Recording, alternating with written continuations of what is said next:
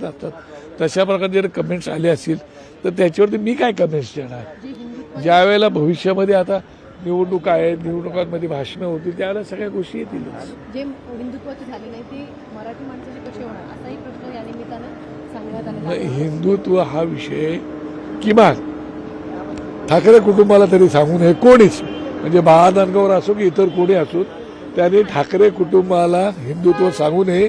ज्या माननीय बाळासाहेबांचं हिंदुत्वासाठी 6 वर्षाचं निलंबन झालं होतं, ज्या बाळासाहेब ठाकरेंनी हिंदुत्वावरती निवडणूक होऊ शकते हे दाखवून दिलं, ज्या बाळासाहेब ठाकरेंनी हिंदुत्व तुम्हाला खऱ्या अर्थाने शिकवलं, जेव्हा मस्जिद पडली तेव्हा बाळासाहेब ठाकरेंनीच भूमिका ठामपणे मांडली होती, त्या कुटुंबाला निदान हिंदुत्वावरची भाषा कोणी बोलू नये असं मला अत्यंत प्रामाणिकपणे सांगायचं वाटतं. 27 जागा आहेत, त्यापैकी 125 जागांवरती शिंदेची शिवसेना दावा करते मुंबईमध्ये. याकडे कसं नाही तर तुम्ही दुसऱ्या पक्षाच्या विषयी मला विचारणे काय सांगू शकतो गिरीश भाऊ. तुम्ही स्थानिक स्वराज्य महापौर आमचं असेल. सर आता या निवडणुकीसाठी शिवसेना आणि मनसेचं हे गणित सुटलंय का? नेमकं गणित सुटलंय का? हो की नाही, गणित काय चुकलेलं नाही, तुटलेलं पण नाही, काही नाही, व्यवस्थित चालू आहे सगळं. काय तुम्हाला गणित सुटणार हो, कुठलंही गणित सोडण्यासाठीच असतं ना.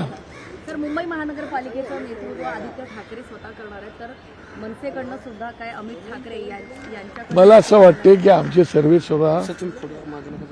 सन्माननीय राज ठाकरे साहेब आहेत आणि त्यांचे चिरंजीवच अमित ठाकरे आहेत आणि पक्षाचा सगळा निर्णय जो असतो अंतिम निर्णय राज ठाकरे घेत असतात आणि तो आम्हाला सगळ्यांना सोबत घेऊन बसूनच निर्णय घेतात. पण सर मनसेच्या त्या भूमिकेचं काय? सर, या दोष मतदार यादी जोपर्यंत बनत नाही तोपर्यंत निवडणुका घेऊ नका अशी एक मनसेची भूमिका होती, विरोधकांची पण भूमिका होती. बऱ्याचशा गोष्टी आम्ही दिल्यानंतर त्याच्यामध्ये बऱ्याचशा त्यांनी सगळ्यात पहिली गोष्ट दुबार मतदार आहे ते आम्हीच काढलं होतं, ते काढल्यानंतर ते झालं 11 लाख 11.5 लाख मध्ये. हा म्हणजे अशा कित्येक गोष्टी आहेत ते त्यांनी मान्य केलेल्या आहेत आणि त्याप्रमाणे त्यांची सुधारणा ते करतात. आता पाहू पुढे काय. स्थानिक स्वराज्य चंद्रपूरमध्ये कर्ज फेडण्यासाठी एका शेतकऱ्याने स्वतःची किडनी विकली आहे, सावकाराने त्याला किडनी विकायला लावली.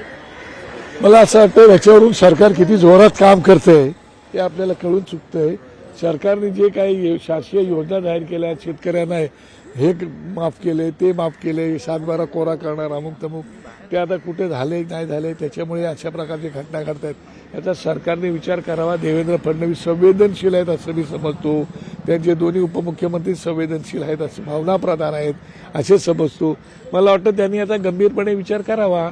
नाहीतर निवडणूक आहे, निवडणुकीच्या तोंडावरती तुम्ही आता मोठ्या मोठ्या घोषणा चालूच आहेत तुमच्या. या अशा प्रकारचे शेतकरी आत्महत्याकडे त्याचा गंभीरपणे विचार करावा. स्थानिक स्वराज्य संस्थांच्या निवडणुका ह्या स्थानिक पातळीवर लढाव्या